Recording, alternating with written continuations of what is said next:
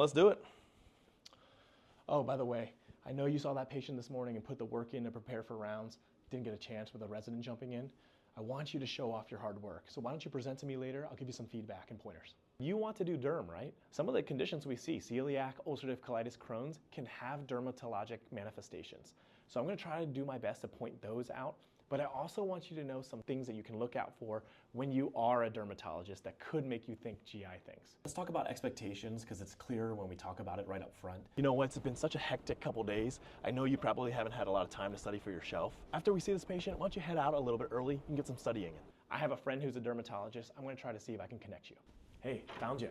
I'm grabbing coffee for the whole team. I think I remember you liking cold brew with a splash of vanilla, light ice. Something I see the best medical students and sub-Is and even interns do is really be able to give 3 prioritized differential diagnoses. You know, something that really helped me is thinking about 3 diagnoses, like for every patient, what's the most likely diagnosis, what's the most urgent or emergent diagnosis, and what's the most common diagnosis. Sometimes they're all the same, sometimes they're 3 distinct ones. I know you're working on your note. Why don't you send that to me later? We can go through it line by line together, and I can tell you the things that I include in every single note, and some of the things I really like students to include in their assessment. You're not alone in this. I think we get imposter syndrome every step of the way. As an attending, I get imposter syndrome pretty often as well. I thought it would go away.